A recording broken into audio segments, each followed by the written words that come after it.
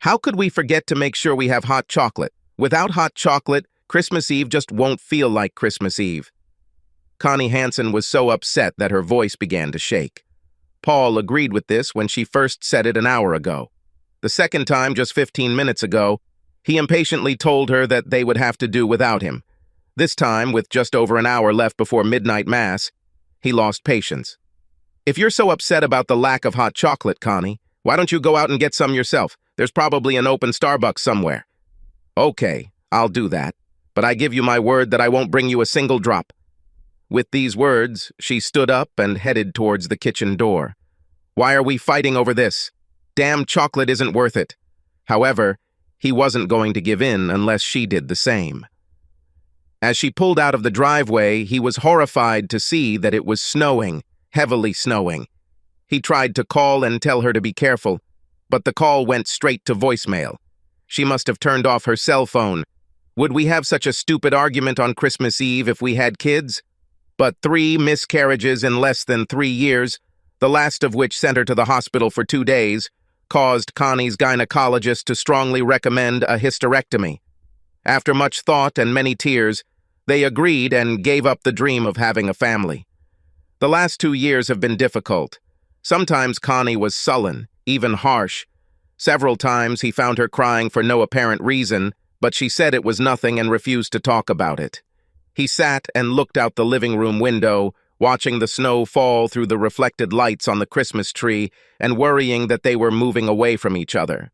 Father Michael Murphy, rector of Our Lady of Sorrows Catholic community, walked through the sanctuary, making sure everything was ready for the midnight mass. As usual, several people were already sitting in the pews, although it was only a little after 20 Hauk, and the mass began at 21 Daugsch. Why do we still call it midnight mass? We haven't started this late in 45, 50 years. People just don't want to stay up that late. The family mass at 4:30 p.m. on Christmas Eve was the most attended Christmas mass. The church was packed with people who came for the procession with children dressed as characters from Luke's favorite story, traditional carols, and a reenactment of a birth in a stable that took the place of a sermon. He chuckled quietly at the thought. I wonder who is happier not having to preach, them or me. Walking down the aisle to make sure extra envelopes for Christmas offerings were available next to the ballot, he shook his head at the irony of how important Christmas collections are to the parish's budget. But our received wisdom still insists that the vulgar commercialization of Christmas is due to the fact that holiday shopping is so important to merchants' profits. He returned to the sacristy to put on his vestments, hoping that the snowfall that had begun would soon cease. They had enough snow for a white Christmas, and he wanted those who attended Mass to be able to travel home safely. Connie sat in her car, idling at the Starbucks drive-through window, gripping and releasing the steering wheel in frustration. Hurry up! I need to go home and apologize, and get ready for midnight Mass. Just as she was about to leave without her 2 hot chocolates, the barista, who looked more Connie's age than a high school or college graduate, opened her small window and held out 2 paper cups. Sorry for the delay. It's hard to find someone to work on Christmas Eve, and I'm here alone. I won't charge you for them. I hope you have a very Merry Christmas. Connie took the cups without comment, and the barista began to close the window. Come on, Connie, it's not her fault. Quickly placing the cups in the cup holders, Connie turned to the window. Wait! The barista paused and then slowly opened the window again. I didn't thank you. I'm sorry. I was rude. I know it's not your fault. Thank you very much. And I wish you a very Merry Christmas, too.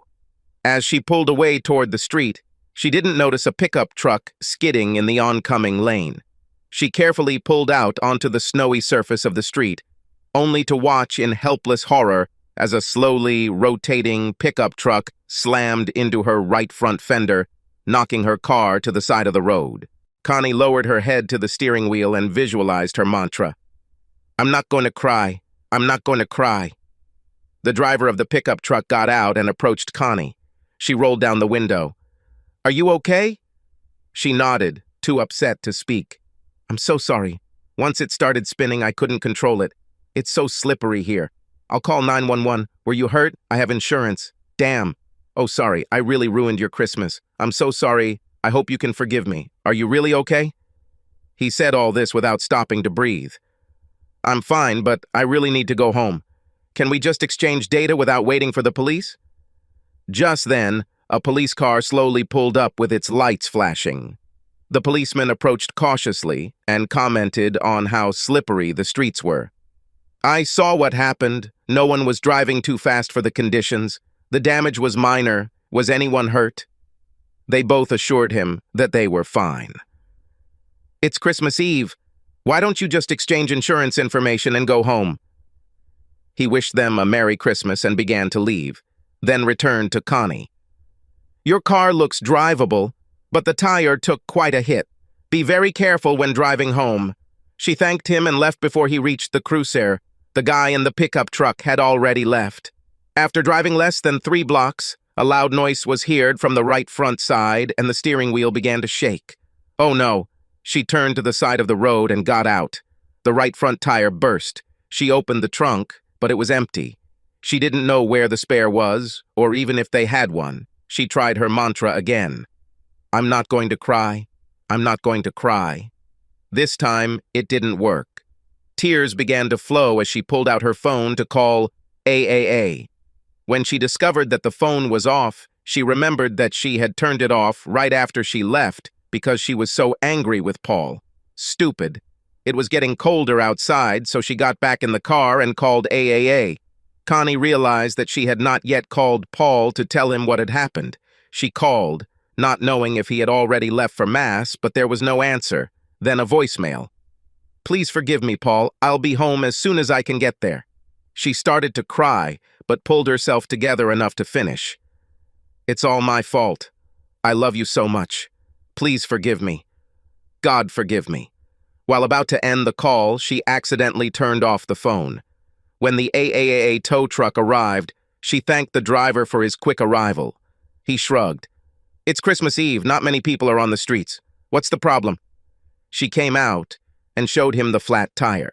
He walked around to the trunk and lifted the floor, revealing a small tire and tools. He replaced the blown tire with a spare one, put the blown tire back in the trunk, and asked her to sign the paperwork. Fearing the tiny tire and slippery streets, she spent 30 minutes driving home. Paul waited until 8:30 p.m., tried calling Connie one last time, then quickly wrote a note and taped it to the kitchen door. Grabbing his jacket from the hallway, he reluctantly walked out to his Prius and headed to the church, not noticing that he had left his phone on the kitchen table. Snow began to stick to the streets, and what would normally be a half-hour drive took closer to 45 minutes. He arrived late for midnight mass, just as Father Mike began reading the gospel. He kept looking at the place where Connie should have been sitting next to him, but for the first time in almost 10 years, she wasn't there. He could not immerse himself in the spirit of the Mass. Mechanical prayers and answers faded into the background. Why did I have to lose my temper tonight? What a stupid argument over hot chocolate on Christmas Eve. The sound of people getting up and starting to move along the communion lane woke Paul and increased his anxiety. Why didn't Connie come home? Is she still angry? Where could she be? She drove well. He didn't care too much about snowy streets, but she could be stubborn. The same as me. He received the sacrament, passed the chalice, and with little remorse left before the end of the Mass. Sometimes he complained to Connie when others did, but this was different. I need to go back to Connie and apologize. When Connie pulled into their driveway, she was saddened to see the footprints Paul had left when he left for Mass, already half covered in fresh snow. She found his note taped to the kitchen door. Sorry I'm such a stubborn idiot. Please do not go to Mass if it is still snowing. God will understand. I love you. She was torn. Mass had probably already started, but she wanted to apologize. She was very stubborn and an idiot. Despite his request to stay home and her anxiety about the weather, she went to church very carefully. The snowfall was getting heavier. He was worried and in a hurry to get home, and County Road 21 was almost 5 miles shorter than his usual route. He rarely drove this way because the road was poorly maintained, but everyone was moving so slowly tonight that it might have been faster. Plus, he wasn't going fast enough for the potholes to matter. He pulled out of the church parking lot and turned left instead of right. Still upset about their fight, he drove too fast. The black ice at the turn took him by surprise. The anti-lock brakes kicked in when he stepped on the pedal, but the Prius continued to slide down the road until it came to a stop in a dry patch near the edge. He flipped over, somersaulting twice as he descended 50 feet down a steep snow slope. Continuing to slide rapidly on his tires, he crashed into a large pine tree near the driver's door. When the car overturned, the windows broke and the airbags deployed. The collision with the tree slammed Paul's head into the doorframe and knocked him unconscious. When he came to, he wasn't sure how much time had passed, but he was already freezing. His left arm and leg were pinned under the damaged metal, and his left eye had difficulty seeing. Everything hurts. The pain was most painful over my left eye. He touched his forehead with his right hand, but pulled it away with an explosion of pain when he touched it. His fingers were wet with blood, and he could feel the blood running down the left side of his head. He lost consciousness again. Father Mike was closing the side doors when she entered the church. It took her almost an hour to get here. She was still shaken from the encounter, and the snow was getting heavier. "Connie? What? Why, Paul?" "It's a long story, Father, and a shameful one. We quarreled over something stupid. How long has it been since the end of the Mass?" "Paul left right after communion, which he almost never does, but I assumed it was because of the snow. That was about 15 or 20 minutes ago. Would you like me to give you communion?" No, I need to find him." "No, thank you, Father. I'll come to morning Mass. Maybe. It all depends. Now I want to find Paul and apologize to him." Father Mike blessed Connie and made the sign of the cross on her forehead. "Be careful, Connie. The roads must be very slippery right now." "Thank you, Father. I will." Bless Paul, too. She returned to her car and turned right out of the parking lot. She drove part of the way home, then took her foot off the gas. If he is as regretful and upset as I am, he rushes home. I'll bet he took the quickest route. She slowly rolled to the edge of the road, turned around, and headed home the other way, towards CR 21. Father Mike closed the front and side doors, then returned to the sanctuary. He lifted the book of the Gospels from the pulpit to return it to the sacristy, but it slipped out of his hands. As the book fell to the floor, it opened to the page of Epiphany. The Gospel reading was verses 1 through 12 from the 2nd chapter of Matthew. Picking up the book and closing it, he read the last 2 lines, and, having been warned in a dream not to return to Herod, they left for their own country by another route.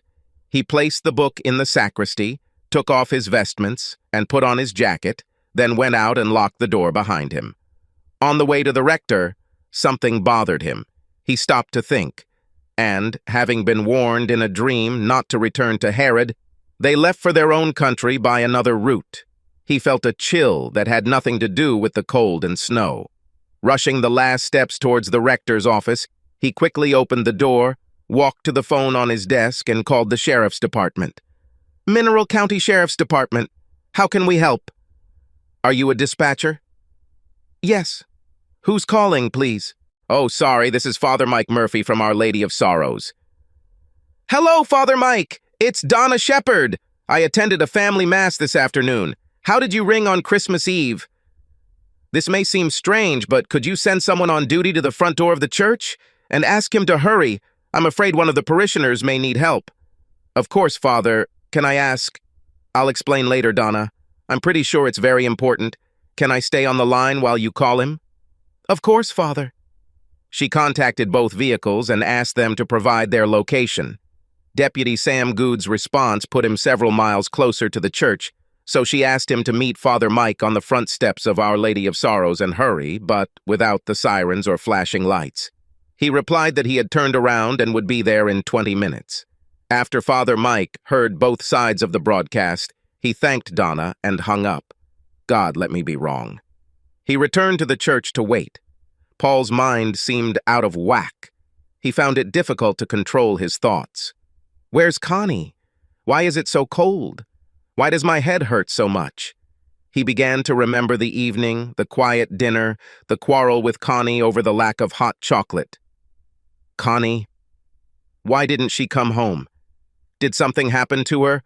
Or maybe she's still angry? No, it can't be. Not because of such a stupid fight over hot chocolate. The thoughts just poured out, moving so fast that they seemed to collide with each other. There must have been something else bothering her, something that had hit her hard, something really powerful. What else could be bothering her, especially on Christmas Eve? What? Oh my God, it's probably kids. She can't have any more children. I was so busy that I felt sorry for myself for not paying enough attention to how this was affecting her. Not only thoughts, but also images. Connie in the hospital room after surgery. She said, "You'll never have a son or a daughter, Paul. I'm so sorry." And I said, "It's okay, Connie, as long as you get better." I figured it would make her feel better. But it was a lie. I didn't feel comfortable with it. I was very unhappy. She knew I was lying. It made her feel worse, not better. From then on, we had something in common. We both felt sorry for me. Oh God, Connie. I'm so sorry I didn't think about you in my self-pity. Another image, almost a year after a wonderful candlelit dinner. Very good Cabernet Franc. Coffee and cognac in the living room after dinner. Paul, you've been so quiet the last few days. What's bothering you? Yes, I was silent. I was alarmed. I was thinking about adoption. Connie would be a wonderful mother, and I would be happy to be a father. Of course, it would be better if they were our own blood, but they would be with us. And over time, they wouldn't be the next best. They would be the best. At least that's what they said in fairy tales. But I was afraid to raise this issue with Connie. Wouldn't this mean that every day she would have to face her inability to have children? Mourning the loss of your femininity? How can I ask her for this? My own desire to become a father overrode my concerns for Connie. Now it's obvious that I wasn't worried about Connie's feelings, but that she would say no. That's why I had this wonderful candlelit dinner with wine, then coffee and cognac in the living room. I tried to make it her idea, not mine. Connie, have you thought about adoption? Her look immediately told me that my fears were justified. She wanted nothing to do with it. Adopt? No, I didn't really think... She looked scared, as if she had heard a strange noise at night. And you? She looked at me, begging me to say anything other than yes. I was immediately filled with shame. I knew it would hurt her greatly. I knew it would hurt her when I planned this dinner to get her ready. When I chose wine and cognac to seduce her into making my desires more important than her grief. So I said what she wanted to hear, and we spent the last 2 years slowly drifting away from each other every day. What have we done, God, that you punish us like this? Oh God, Connie, I love you so much. I am so sorry. The flicker of consciousness faded, and Paul's body continued to shut down non-vital functions.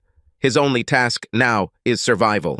Connie drove slowly along County Road 21, barely noticing the potholes, which, thanks to the snow, were almost invisible and much less noticeable.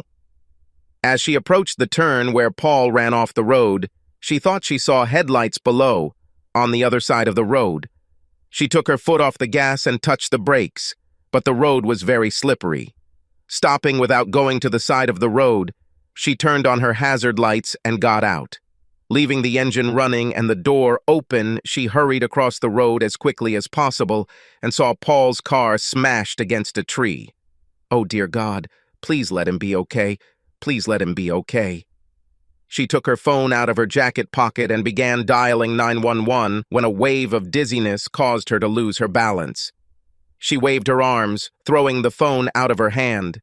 Her legs slid out from under her and she went face down towards the bottom. The snow found its way under her jacket and blouse, and her face skidded across the frozen ground under a layer of snow. She continued to slide quickly until her left ankle became stuck in the snow under the rear passenger wheel of Paul's car. A stuck ankle stopped her, but her leg twisted and she heard a crunch. The pain from her leg to her hip was so intense that her brain was blocking all sensory input. For several moments, she lay unconscious in the snow. Mineral County Sheriff's Deputy Sam Good made a left turn in an SUV cruiser. What could a priest have that is so important if it is not an emergency? Okay. Maybe this will be more interesting than the current situation. There was not much excitement this Christmas evening. He drove around the block and headed towards the church. The priest waited at the main entrance, although the temperature dropped to 10 degrees and continued to fall. He described his concerns and asked Sam to hurry up. The story sounded unlikely, but Sam was looking forward to driving the CR-21 back into town. At least it will be more interesting. He told the dispatcher that he was leaving Our Lady of Sorrows. I'll drive back into town on CR-21, then stop by the guy's house. Do you have his address? Donna returned to him a few minutes later with Paul and Connie's address. Connie came to her senses and tried to stand on her right leg, but fell in pain. Even though the windows were broken, she hadn't heard a sound from Paul since she crashed into the car. She was afraid for him and was in pain, but she didn't need her mantra. I need to be strong for Paul, not cry. Her light jacket was little protection against the cold. In fact, it only made things worse as the snow inside began to melt. Grinding her teeth in pain, she managed to get up on her right knee and open the door, but she could only open it a few inches. She herself was in the way. Do not panic. There must be a way out. She lay face down in the snow, planning to open the door above her, but the door opened on its own. It was good, but she didn't have the strength to get up again. She just lay there, exhausted, in pain, and shaking uncontrollably. After a few minutes of rest, she was able to rise to her right knee and turn toward the car. Trying to ignore the worst pain she had ever experienced, she placed her palms on the threshold of the door and pulled herself inside. She was exhausted, but her love for Paul gave her the strength to get back on her right knee. The pain was even stronger, but she was next to him. She could touch it, but she couldn't reach the door to close it. Despite the overwhelming pain, she refused to give up. Enough light from the headlights was scattered by the snow that she could see Paul's bloody head and face, the gruesome gash above his left eye. His left arm and leg were clamped with some kind of metal. He was unconscious but breathing. Talk to him. Tell him how much you love him. Keep him alive. She lowered her hand and took his cold hand. I found you, Paul. I knew you'd take the shortest route. It's all my fault. I kept arguing over that damn hot chocolate. She stopped when the pain took her breath away, but she had to keep talking. I can't believe how stubborn and stupid I was. Of course, it wasn't just because of the hot chocolate. If only I could stop shaking. It's time to tell him. This may be my last chance. Sam saw a car on the road. Turning on his hazard lights, he stopped and parked behind the Camry. Noticing the headlights on the other side, I gave the license number to the dispatcher. The driver was unconscious. Blood soaked his coat. His face was bleeding, and the wound on his forehead looked bad. I need to get you out of here first, madam, to get you warm. He picked her up and tried to pull her back, but she screamed in pain. Stop, my leg. Who are you? Why did you hurt me? Oh, shit. Deputy Sam Good, madam. I'm sorry I hurt you, but I need to get you out of this car and somewhere warm. Your left leg, right? Yeah, I think it's broken. Happened when I crashed into the car. He must help Paul first. But my husband is much more seriously injured. You must help him first. She tried to raise her voice, but it came out hoarse.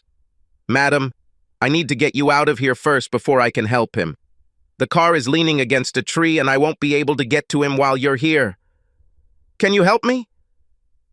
He thought he might be able to reach the man from the back seat, but she needed to warm up first to prevent her hypothermia from worsening. Connie thought for a moment, then nodded. She spoke more slowly now. Maybe with your help I could roll over onto my back. That would make it easier for you to get me out of the car. But please don't forget, I can't do anything with my left leg. Now help me turn over on... Right, my left leg hurts so much. She took a deep breath. Put your hands on my hips. Feeling awkward, he placed his hands on her hips. I hope this is the right decision. When she said, okay, he turned her body to the right as she pushed herself off the back of the seat. She cried out in pain twice, but ended up on her back. She took several deep breaths. Now what? He recalled that victims feel better if they believe they are being helped by someone who cares about them. Why don't you tell me your name? You look too young for me to keep calling you madam. She almost smiled. Connie Hansen. I'm Sam Good, Connie, and we'll take care of you both. Thanks, Sam. She sounded a little less tense.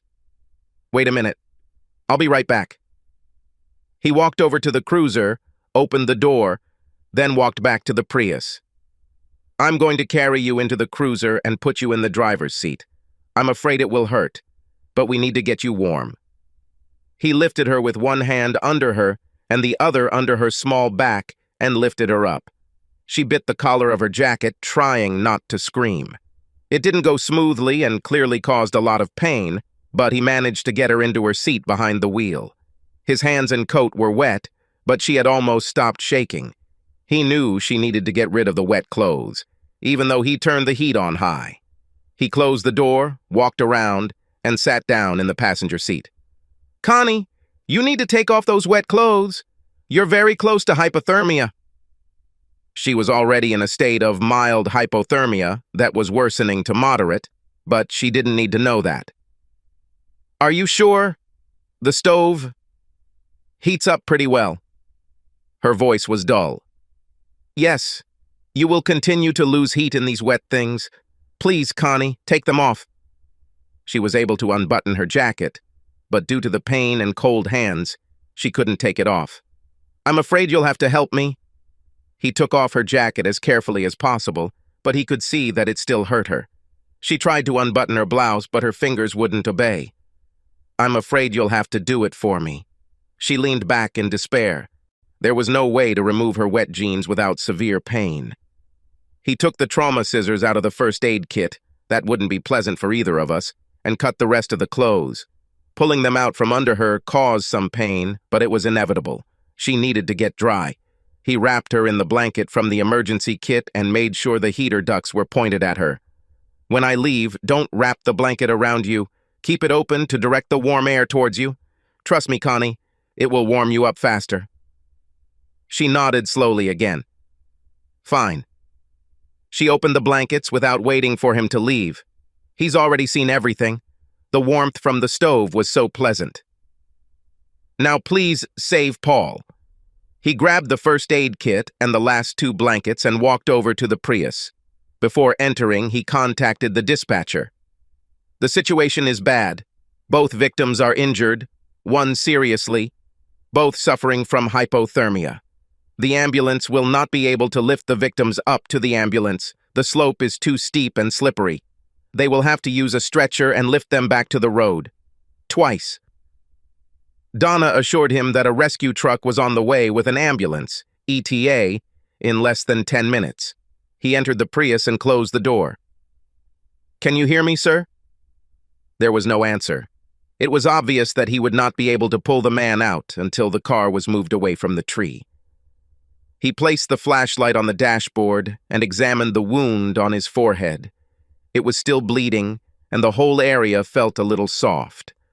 Although the man was unconscious, he groaned as Sam examined the wound. He applied the bandage as carefully as possible, continuing to speak soothing words. After administering first aid, he wrapped him in blankets. At least his clothes were mostly dry.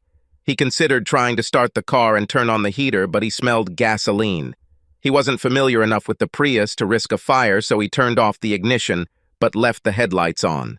They started to fade, but lasted quite a long time. As a last thought, he took off his heavy jacket and added it to his cocoon of blankets. Just as he was about to go back to check on the woman, he saw the flashing lights of the ambulance and rescue truck reflected in the snowy trees. God bless! I hope they're not late. He went out to meet the doctors. Almost immediately after the ambulance stopped, the paramedic walked down to the wrecked car with her bag on slippery feet. Sam didn't recognize her. She must be new. Quite cute. He handed over control to her and gave her a quick briefing. Woman keeping warm in cruiser. Left tibia appears to be broken. Shock. Mild to moderate hypothermia. Man pinned behind wheel. Unconscious. Serious head injury. Homeless alasia. Also hypothermia. She quickly entered the Prius and opened her bag. After inspecting the head wound, good job on the bandage. She checked Paul's vital signs, then picked up her radio. She repeated Sam's briefing, and then her voice became urgent. I need help here right now. We have a head injury with significant blood loss. BP is 80/55. Temperature is 97.1. Pulse is 125 and erratic. We need to get him upstairs ASAP so we can start infusing Ringer's solution and warm him up. Sam started to say something about raising a stretcher for rescue, but she beat him to it. Tell the rescue team to prepare the stretcher and lower it down. A woman with hypothermia and a fractured tibia and fibula is warming up in the sheriff's vehicle. She will be the last one. Sam didn't want to interrupt, but decided he had to complete the picture. I had to cut her clothes off. They were wet from the melting snow. The paramedic looked at him, then smiled. Hard work. Didn't peek at her, did you? When he frowned, she retreated. Of course not. We are all professionals. Before Sam could respond, a second medic arrived. The first remained in the role of leader. Okay, first we'll get this guy out of the car. 3 of us should be enough to pull the front end off the tree. With some groaning and straining, they managed to move it enough to open the door. The door was stuck, but Sam took a crowbar from the sheriff's car and managed to open the door and then free the panel that was pinning Paul's arm and leg. The stretcher made 2 trips up and down the slope. Both victims were wrapped in blankets and restrained. Each was taken to an ambulance where they were stabilized. The tow truck arrived just as the second ambulance left for the emergency room. After preparing to tow, the driver pulled the sheriff's car backwards, transporting Sam and the paramedics. Sam waited to make sure the Prius was securely secured to the tow truck, then went to the emergency room to thank the paramedics and check on the victims. In the emergency room, Sam saw the paramedic at the nurse's desk as soon as he entered the emergency room. She saw him, smiled shyly, and walked over. I'm really sorry about the voyeurism joke. We see so much bad that we use a really lousy sense of humor as a defense. She found it difficult to maintain eye contact with him. Yes, I understand. So do we. I just didn't expect it. Why, because I'm not one of your fraternity? Or because I'm a girl? She maintained eye contact for a moment, almost defiantly, then turned and walked out of the emergency room. Crap, would love to see this without the baggy shape. He shook his head and walked over to the nurse's desk to ask about the accident victims. The shift manager came over a couple of minutes later. They knew each other from too many similar encounters. How are they feeling? She flipped through a few sheets of paper on the clipboard and answered without looking up. Still alive? She smiled sadly. Sam learned another self-defense humor. Mr. Hansen has a severe cranial fracture. He has lost a lot of blood, received 2 units, may receive at least 1 more. His left humerus is broken. His left shoulder is dislocated. He is slightly hypothermic. The orthopedic and neurosurgeon are on the way. They should be ready for surgery by the time he gets ready. She turned her attention back to the clipboard. An X-ray. We used a portable one. Does not show whether there is a cerebral hemorrhage. That requires an MRI. She checked a few more pages. The radiologist raised the alarm because a loose fragment of the skull was separated from the impact. First, they will work on his head, then his arm and shoulder. The official condition has not been declared. I would call it critical. It all depends on what the neurosurgeon finds. She looked up. This is certainly not for public discussion. Sam nodded. Certainly. He knew it, and she knew he knew it. But she was a professional, just like the paramedic. Sam was about to ask about Connie, but she beat him to it, speaking without taking her eyes off the clipboard. Mrs. Hansen is still being X-rayed. Her leg is clearly broken and her face is badly damaged from the fall. She looked at him without raising her head and was relieved to see no disapproval in his description of the injury. She's only slightly hypothermic thanks to your heating therapy in the police car. She glanced sideways at him. It probably helped your temperature, too. We're all professionals, so I'm told. Don't mind my temperature. He smiled briefly to show that everything was okay, and she smiled back. He returned to serious conversation. She was in a lot of pain. Did you give her anything for it? Yeah, but that's one tough woman. That leg should have killed her. Sam nodded. Yeah, She's a lot tougher than me. I'm sure her leg will need surgery, too. The podiatrist kids will have to deal with a rather irritated Santa in the morning." She carefully put the clipboard away. He laughed, thanked her, and headed for the door. He didn't look forward to paperwork at the end of his shift. "Well, it gives me something to do. Not that I have anything else to do for Christmas." It took 2 months for their bodies and spirits to recover. They repeated what they thought or said in those painful, frozen hours, assuring each other of their love. Now they will look to the future with one mind and spirit. They decided not to adopt right away. Everyone came up with the idea of trying to become foster parents first. Everyone told them how difficult it would be, how much they could get hurt, the risks they were taking. There seemed to be no end to the stories of disappointment, frustration, theft, even violence, disappointment when children to whom the adoptive parents had become attached were taken away. However, they felt called to do it. Their first adopted child was the 5-month-old son of a dependent mother.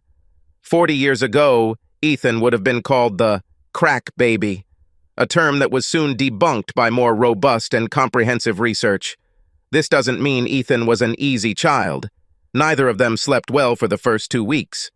Connie took maternity leave from the accounting firm where she had worked as an accountant for the past 8 years to focus fully on caring for the baby they welcomed into their lives.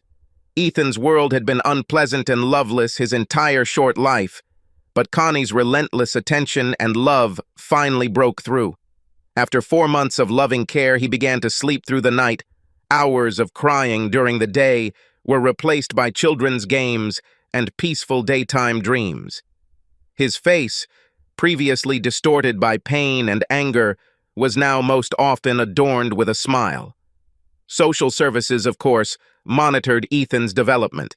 One day, the social worker marveled at how much he had changed, then spent several hours asking detailed questions about how they cared for Ethan and what their typical days and nights were like. After the interview, Connie and Paul feared that the boy they loved so much would soon be taken away.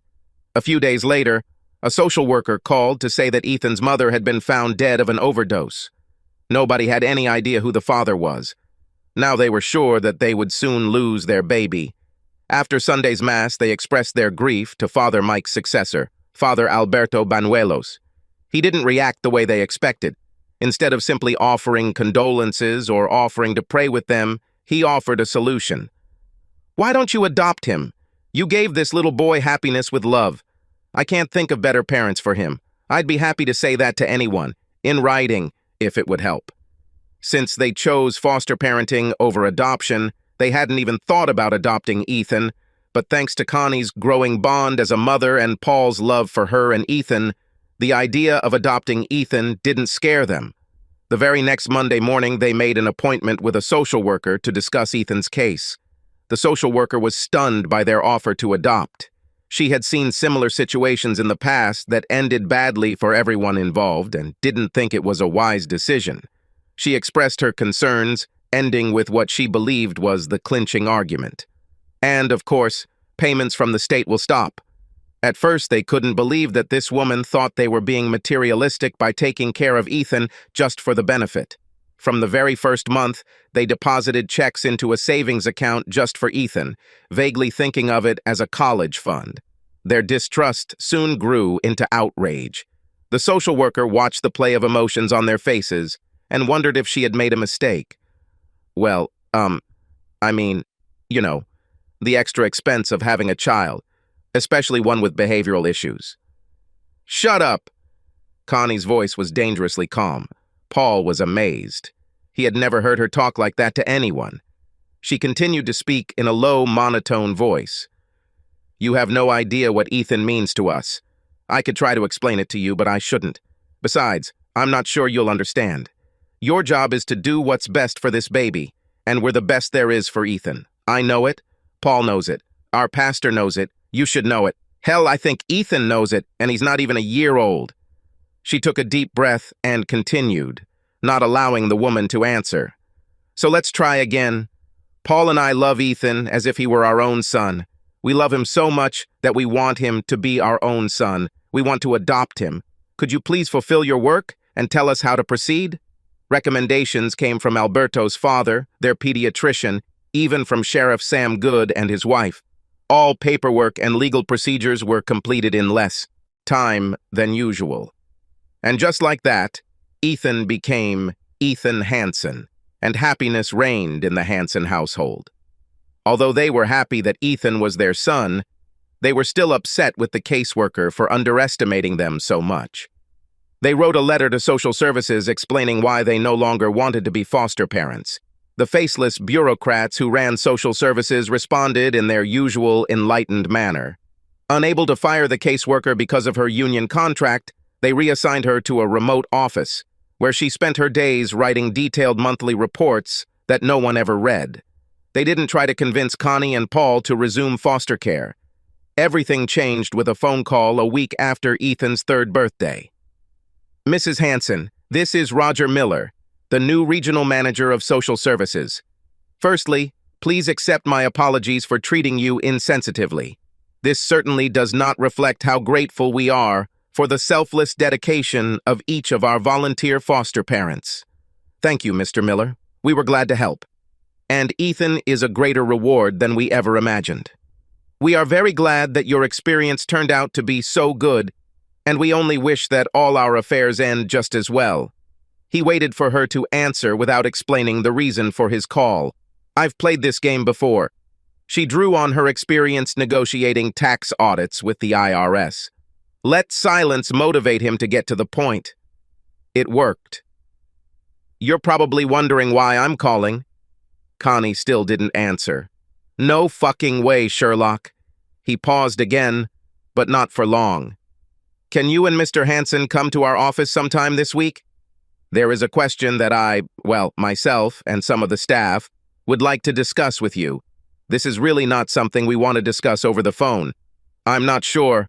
I'll have to talk to my husband first. I'm sure you understand that our last experience with your office was not the most pleasant." "I completely understand. Please call me and let me know your decision."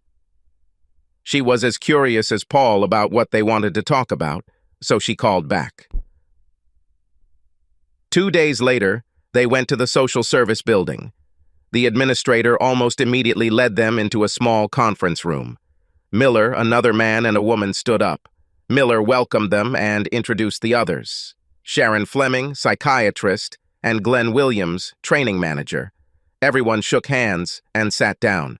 Miller picked up on Connie's expertise in negotiations during their phone call and got straight to the point. "We have a child who desperately needs the wonderful talents you have shown with Ethan. After 3 unsuccessful placements with her, we are running out of options. Connie couldn't help herself. "What? Did you send your child to 3 different families?" "No. Rose is not a child. She is 7 years old, almost 8.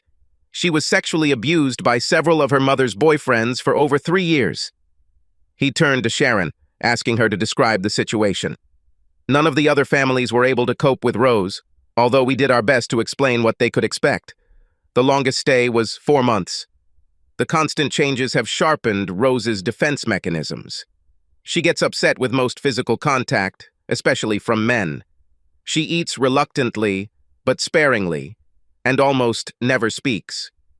She exhibits many autistic behaviors, but most likely suffers from a form of post-traumatic stress disorder.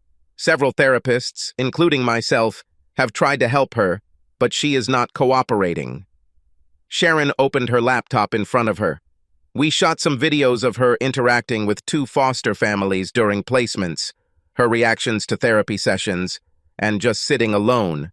With your permission, I would like to bring us all coffee, tea, or soft drinks, and then watch about 20 minutes of the edited video." Connie and Paul looked at each other and nodded. Paul answered for them. "Of course that would be good." Glenn asked what they wanted, and then soon returned with a tray of drinks and baked goods. Sharon played a video that appeared on a large screen at the end of the room. It was alarming, to say the least. There was no violence, no screaming or crying, just scene after scene of a solemn little girl seemingly unaware of people talking to her, offering her gifts, or placing food in front of her. She flinched whenever the woman touched her, although she eventually allowed some contact, but curled into the fetal position whenever the man even came close to her. Apart from the occasional sound of adult voices, it might as well have been a silent film. Paul spoke first. "What makes you think we could achieve anything if everyone else, even the professionals, failed? We have no training. We are not miracle workers." Glenn joined the conversation. "Your experience with Ethan became the core of one of our core training modules. Your identities, including identity Etana, of course, are not revealed, but the transition from an almost constantly anxious and unhappy child to an outwardly normal boy is clearly illustrated. The training exercises include examples of how both of you, especially Connie, use calming words, loving care, and patience to restore his happiness, especially patience. That must have been the hardest." "No, it's not was hard." Connie was adamant. "Love is patient. Love is kind. We really had no alternative. Ethan had hurt, so we did everything we could to help. We waited, then did it again, and just kept going until it got better. I'm not saying it was easy. It's just, it was the right thing to do because we love him." Their hearts went out to the solemn little girl they saw in the video. When they said they were willing to accept responsibility, Sharon said that Rose would need extensive therapy in addition to their love and care, but assured them that the government would pay all expenses.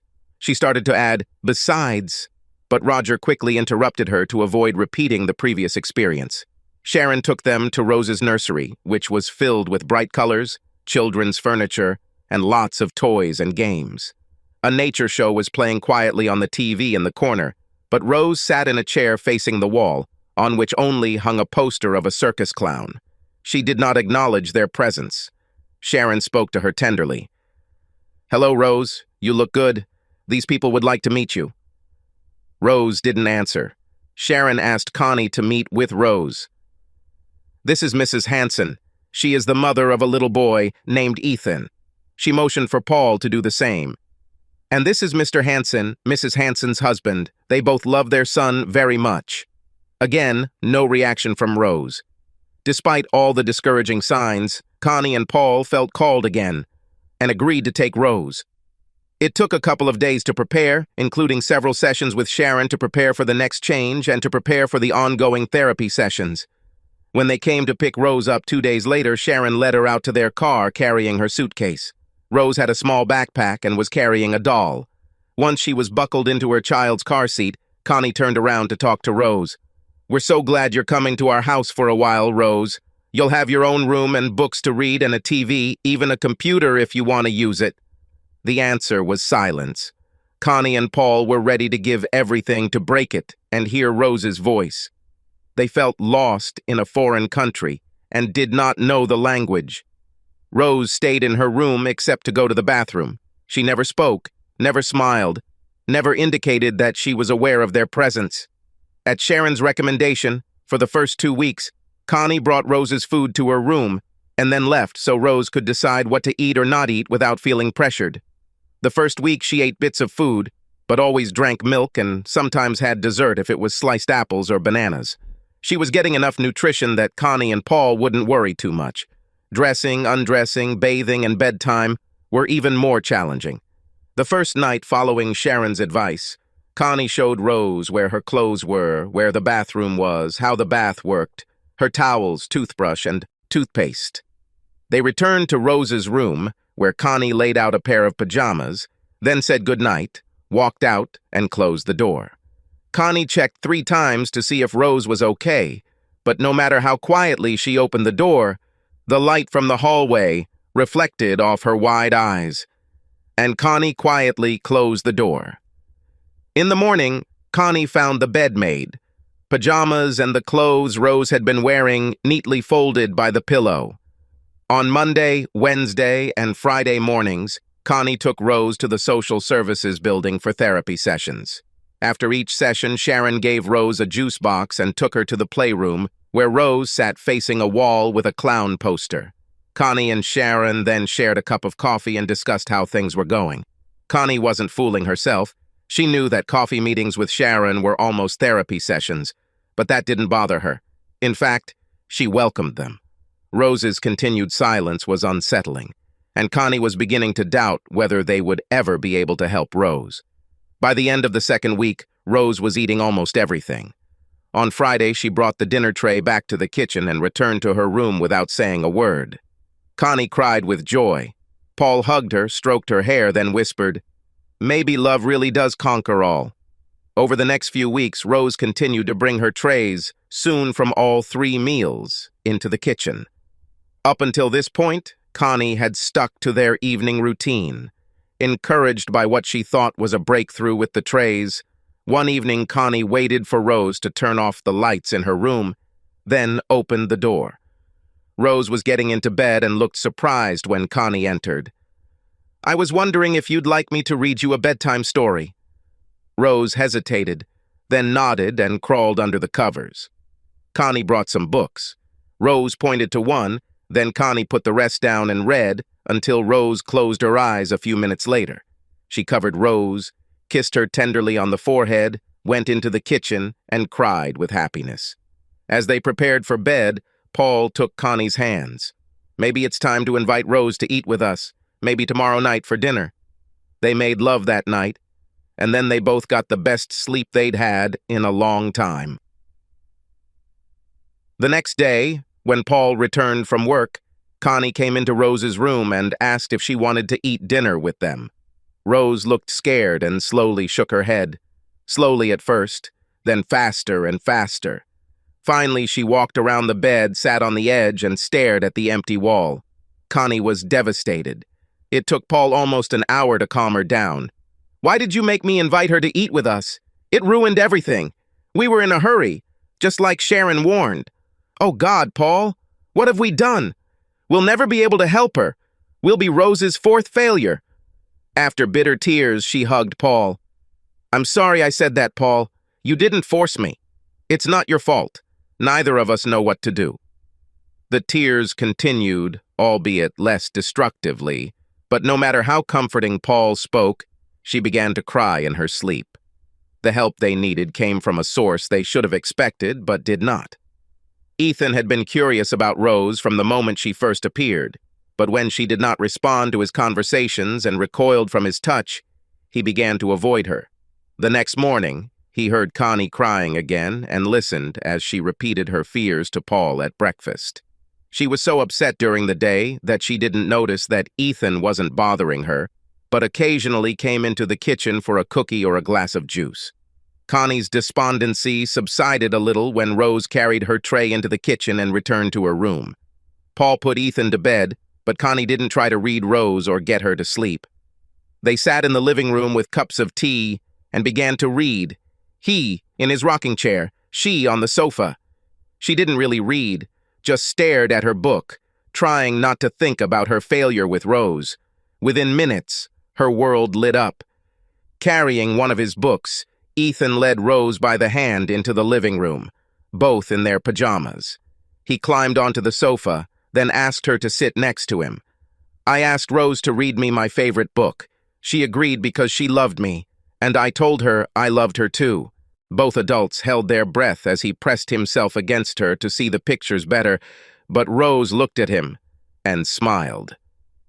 Her parents, suddenly they dared to feel like parents, were trying not to scream or cry when she started reading Goodnight Moon, as if it was the most natural thing in the world. She had difficulty with some words, but Ethan helped. He had heard his favorite book at least 100 times and almost memorized it. When she finished, Ethan's eyes were closed and he was leaning on her. She looked straight at Connie. "I think he fell asleep." These were the first words Connie and Paul heard from her. She closed the book, didn't flinch when Connie picked up Ethan, and followed silently as Connie carried Ethan to their rooms. Rose, of course, did not turn into an ordinary little girl. Over the next year and a half, it was usually 1 step forward and 1 step back, but sometimes it was 2 steps forward before 1 step back. Sharon continued her therapy sessions, but began to encourage Connie during their therapy sessions, which both pretended to be just conversations. Much of the progress was thanks to Ethan. Rose had long conversations with him, but still, only said a few random words to the adults. 2 or 3 times a week, Ethan and Rose would join Connie and Paul in the living room. Rose would read him a book. Then Connie would put them to bed. One evening, after several months of such meetings, the two children entered the living room as usual, but Ethan handed the book to Paul. "Rose wants you to read to her." He could have said, "Rose went to Harvard." He returned and sat down next to Rose. Paul was reading a book, trying to act as if it were normal. Connie, still stunned by this development, put them to bed as usual. She and Paul then drank a glass of wine and spent the next hour trying to understand what had just happened and thinking about how to proceed. Ethan told them much later that it was his idea. He had to ask Rose 4 times before she agreed to let Paul read to her. She agreed when Ethan told her that Paul was sad because he was the only one who didn't read to her. Sharon was shocked when Connie told her what happened. She questioned Connie for almost an hour and took a lot of notes. The following week, she told Connie that, with their permission, she wanted to write an article about the remarkable therapeutic effects of Ethan's interventions. As with the curriculum, none of the main characters will be identified. Connie and Paul insisted that neither Ethan nor Rose be interviewed. Sharon agreed and said she was going to wait a little while to see how things developed before submitting the article. Yes, they can read it before sending it. They can suggest changes, but Sharon is not obligated to accept them. After lengthy discussion, Connie and Paul agreed on the condition that they could revoke permission at any time before dispatch. Over time, Ethan became their unofficial representative to Rose, especially to Paul. Gradually, she began to feel more comfortable around him thanks to Ethan's tireless stories about how kind and smart Paul was. His efforts culminated on an evening a year and a half after Rose joined the Hansen family. Ethan and Rose walked into the living room, Rose carrying one of her books. As usual, Ethan climbed onto the couch and Rose walked over to Paul in his rocking chair.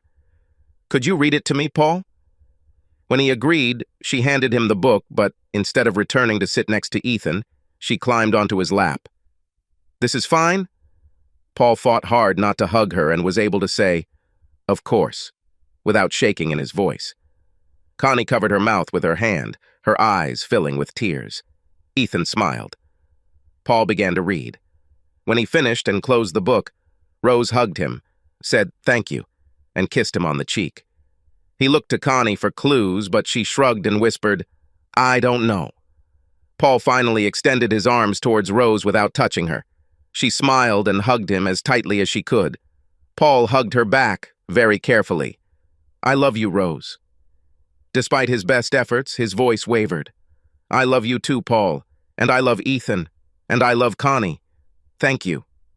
Connie, Paul, and Rose shed tears of joy. Ethan smiled. Sharon began to wrap up her therapy sessions. She decided not to submit the article to the magazine because she did not want to risk violating the Hansen family's privacy. On the 2nd anniversary of Rose's arrival at Connie's house, they adopted Rose and the Hansen family was complete.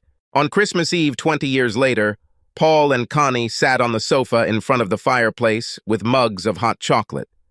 The midnight mass was again very crowded. Father Mike was right.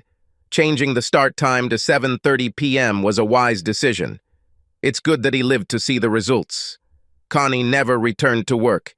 Ethan earned an associate's degree in automotive engineering from a local college and landed a good job at a local GMC dealership.